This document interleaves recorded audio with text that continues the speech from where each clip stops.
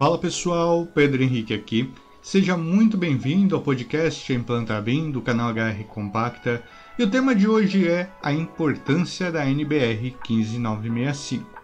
Antes de iniciarmos a conversa, quero reforçar aqui o meu convite para você poder acompanhar a minha palestra e dos demais entusiastas do uso do software livre no evento da Flisol, que acontecerá dia 15 de abril. Outros dois recados. Um é sobre a novidade de que agora você poderá me acompanhar nos podcasts no Spotify e em breve pelo YouTube Music também. E se você está buscando economizar com licenças de software, conheça nossos treinamentos do uso de FreeCAD. Agradeço a você pelo seu like dado nesse vídeo e nesse podcast. Isso ajuda muito a trazer mais conhecimento de forma gratuita para você e para os seus colegas. E caso esteja caindo de paraquedas, não sabe quem sou eu, nem quem é HR Compacta e muito menos o que é FreeCAD, convido a mergulhar nesse universo do FreeCAD BIM, com diversos tutoriais aqui no canal e também com treinamento completo e a partir de R$ 90 em nosso site. Informações estão aqui na descrição.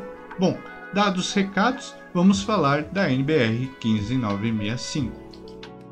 Quando falamos da NBR 15965, nós temos que entender que nós estamos padronizando e ajustando a interoperabilidade da comunicação. Eu já trouxe isso um pouco num tema sobre Descomplicando o BIM, e é claro que agora vamos nos aprofundar um pouco mais. Para que vocês possam entender, quando falamos da interoperabilidade, não falamos só de software, ou seja, do uso da linguagem IFC para padronizar o projeto modelo 3D para que seja reconhecido em qualquer software. Ele também, essa questão da interoperabilidade, ela vale muito para a nossa conversa. Vamos imaginar um cenário aqui, onde nesse cenário eu estou fazendo um projeto internacional e envolve profissionais gringos, de fora do país. Vamos imaginar que temos um chinês e um alemão. Beleza. Quando eu estou usando o meu BCF, que é o meu sistema de padronização de conversas de projeto, né? A gente vai se comunicando ali entre os profissionais para desenvolver um projeto bem ágil. Uma das peças dá erro. Vamos imaginar que lá na peça, dentro do banheiro, nasceu um cubo tanto para o profissional que mora na China quanto o outro que mora na Alemanha. Como que eles vão reconhecer essa peça? É claro que ela vai clicar ali e vai ter o texto. Só que muitos dos casos, principalmente aqui no Brasil, se a gente for só trazer um projeto só de forma nacional, a gente tem nomes diferentes para os objetos. Vamos imaginar um vaso sanitário, ou bacia sanitária, ou privada. Talvez você até conheça como um quarto nome aí. O importante é destacar que, assim como o Brasil tem um país continental e tem a sua diferença na forma de nomear tais objetos, tais situações, nesse caso, nós estamos indo até num grau maior, que é trabalhar de forma internacional. E se der um erro desse, mesmo eu traduzindo o texto, o título daquela peça em inglês, pode gerar confusão de interpretação.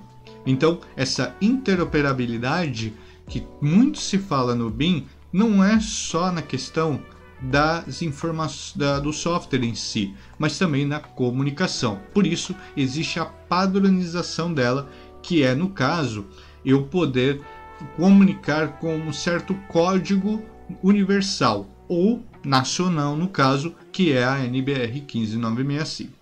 Como eu tenho um público internacional, vou destacar aqui que, no caso, você vai desenvolver um projeto internacional desse tipo, você vai usar a OmniClass. Vamos imaginar que o cubo que nasceu bem no meio de um banheiro. E nesse banheiro, o lavatório está funcionando, é visível, o chuveiro é visível, mas a bacia sanitária, vasos e tal, ele não está. Quando eu clico nesse texto, nessa peça, ele vai ter uma nomenclatura, talvez minha, pessoal, que não vai ser fácil de interpretar. No caso, no padrão internacional, se usa a Omni Class. E aí esse código dessa peça, ela é conhecida como código 23-31-1900. Esses códigos, para que você possa até entender melhor, quando você usa a biblioteca do site BeamObject, algumas bibliotecas ele já recebe essas nomeações da Omni Class, tá? Então fique tranquilo quando você baixa essas bibliotecas desses sites. Vale destacar também que essas bibliotecas são para reforço aí de referência, tá? Não é para você fazer a parte artística, a decorativa do seu projeto, sim para fazer a representação daquele ambiente e também para análise de movimento daquela região, daquele ambiente, se cabe um cadeirante, se um deficiente visual anda, tal. Então, quando eu tenho esse código para essa peça 23-31-1900, por se tratar de um código internacional, que é a Omni Class, ela é mais usada americana, é claro que cada uma tem a sua, mas quando se conversa de forma assim com um chinês ou um alemão, você vai acabar usando o inglês nessas conversas entre vocês. Consequentemente, também vai ter que usar a Omni Class. Agora, se a gente está trabalhando com uma pessoa, eu sou de São Paulo, estou conversando nesse projeto, tem um colaborador que mora em Porto Alegre e o outro que mora no Rio Grande do Norte. Então, mora em Recife, vai, colocar aí. Com isso, se eu falar minha peça, às vezes os três podem estar conversando a mesma língua, mas para não correr o risco, eu sempre vou usar a NBR 15965 no caso, para poder fazer essa padronização no nosso sistema de comunicação. No caso, a bacia sanitária, vaso sanitário privado e tal, ela teria um código específico da NBR 15965, que é o seguinte: 2C.78.18.14.00.00.00. Por que isso? Vamos imaginar que quando a gente fala da NBR 15965, você está falando de 15 tabelas, né? São 15 tabelas aí traduzidas vinda da Omni Class também, tá? A BeamBR, né, o Beam for Brasil, ela tem trabalhado para poder traduzir a Omni Class para NBR 15965 e, consequentemente, trazer a realidade para o padrão brasileiro. Então, quando a gente vai para essas tabelas, a gente consegue até montar uma tabela periódica, por exemplo. E a gente tem um campo do que é composto do que, a etapa da obra, vai instalar onde, que tipo de edificação, em que ambiente, que forma tem esse ambiente, as propriedades, né, daquela peça, o material que ela vai receber, o estágio do empreendimento, fase do ciclo de vida do processo. Então, tem vários itens aqui, é claro que eu não vou ficar pontuando todos aqui, porque senão esse podcast vai longe, mas cada item vai ter suas características de nomeações. Então, por exemplo, quando a gente quer saber certos elementos, a gente vai usar o 3E. Quando a gente vai usar o de produto, o 2C. Resultado, 3R. Resultado, o 4U. Mas tem dois resultados aqui que a gente vai ter. 4, né? 4 tipos de resultado, que é instalar aonde, edificação pela função. Tipo de edificação, edificação pela forma. Instalar aonde, ambientes pela função. E tipos de ambiente, ambiente pela forma. É claro, falando assim em podcast e tal, não fica muito claro, muito visível. Por isso, eu convido você a se inscrever na nossa palestra lá na Flisol, porque lá eu vou mostrar essa tabela periódica e vou explicar com mais detalhes sobre cada uma delas. E aí, visivelmente, com essa visibilidade de tabela, você vai conseguir compreender melhor. Mas qual é a importância disso, né? Quando a gente consegue classificar as informações, a gente consegue diferenciar quais são os recursos que a gente precisa e as necessidades. Exemplo, se eu tenho 2 empreendimentos, um deles é uma casa residencial, a outra é uma escola. Quando a gente tem esses dois projetos, a gente precisa classificar. Não é só colocar, projeto residencial unifamiliar. Projeto comercial escolar. Não, você precisa obrigatoriamente fazer uma classificação que seja interativa e ao mesmo tempo fácil de comunicar. Por exemplo, um projeto de casa residencial, ela vai receber 2 tabelas, 2 códigos, né? Um pelo uso e outro pela forma. Por exemplo, a casa residencial, o código de uso dela vai ser o 4U161100, que significa que é uma edificação habitacional. Agora, quando eu coloco, né, que a forma dela é o 4U18111415, eu estou falando que ela é uma edificação isolada de baixa altura com cobertura de telha e, consequentemente, é um edifício habitacional. Agora, se a gente vai falar de uma escola, a gente vai ter outros códigos. Por exemplo, código de uso 4U122131, código de forma 4U18111415. A de uso, por exemplo, a gente vai trabalhar aqui, no caso primeiro a gente vai trabalhar a edificação isolada de baixa altura com cobertura de laje. Essa é a forma. Agora, como é escola, eu vou colocar lá o código de uso que é de ensino médio, por exemplo. Pode ser de ensino fundamental, faculdade, e cada um vai ter o seu código, tá?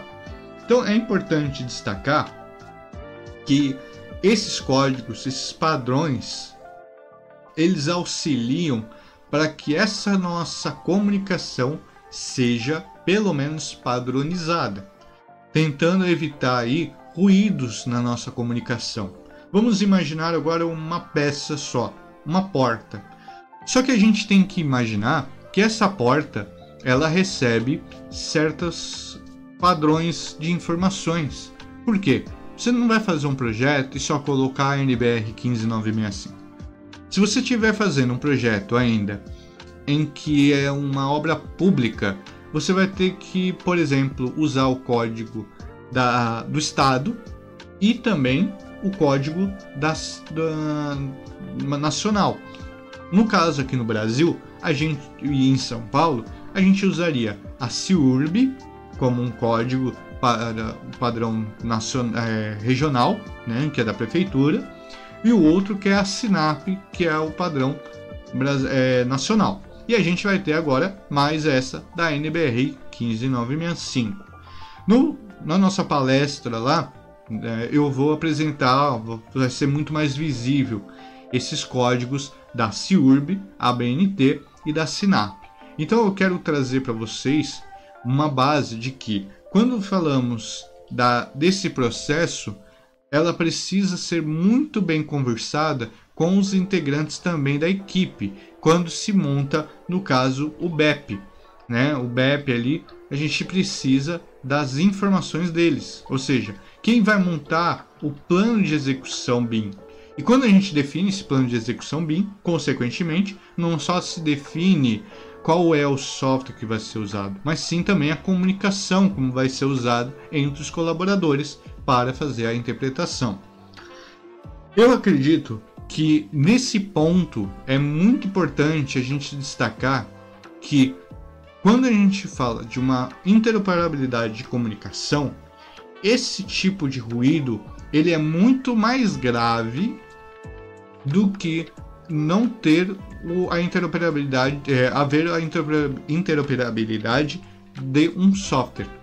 Por quê? Se você tem de um software, você vai lá, baixa o software que o seu colaborador, seu parceiro usou, vai lá e abre ali e beleza, você consegue reconhecer. Agora, da comunicação é um pouco mais complexo, porque se eu não entendi o que o cara falou, o meu parceiro falou, né, eu não vou conseguir desenvolver o meu projeto.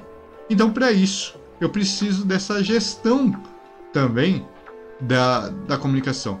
E essa padronização é basicamente, né, essa gestão de informação, basicamente é um dos pilares dos nossos projetos em BIM, que eu vou trazer no podcast em seguida, né? No caso, na quarta-feira, né? Hoje é segunda-feira, quarta-feira temos um novo podcast aí, que eu estou subindo para vocês acompanharem, que vai falar dos 5 pilares do BIM.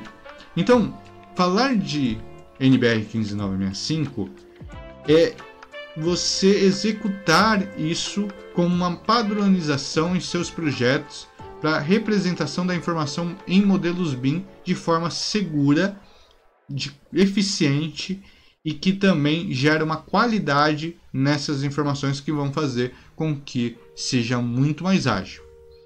Destaca-se que o curso FreeCAD de Arquitetura BIM é o primeiro curso no Brasil a ter a implantação da NBR 15965 na elaboração de um projeto em BIM, tá?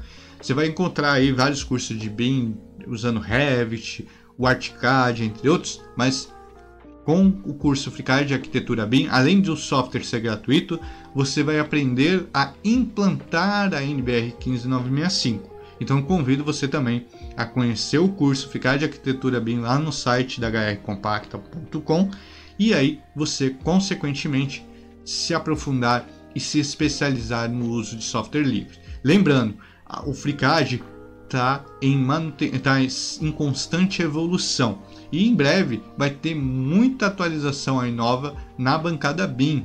Então fique por dentro, acompanhe, ative o sininho aqui porque eu vou trazer assim que tiver novidades, vou trazer vídeos de uso dessas novas ferramentas que vão surgir da bancada BIM, que já está saindo em desenvolvimento. Então acompanhe o canal, que certamente vocês vão se surpreender ainda mais por ser um software livre e gratuito. Invista em você, invista no seu bolso, beleza? E economize no seu bolso. Com isso, você vai ter um conforto na sua mente também e não ter que craquear e ter que sofrer com software. Beleza? Bom, dado aqui minha contribuição, espero que você tenha gostado do conteúdo. Então eu convido você a curtir, a compartilhar e também a comentar qual é a sua visão, se você já aplicou a NBR 15965, como você tem adotado e qual é a sua visão sobre essa padronização no BIM. Beleza? Um forte abraço e até mais!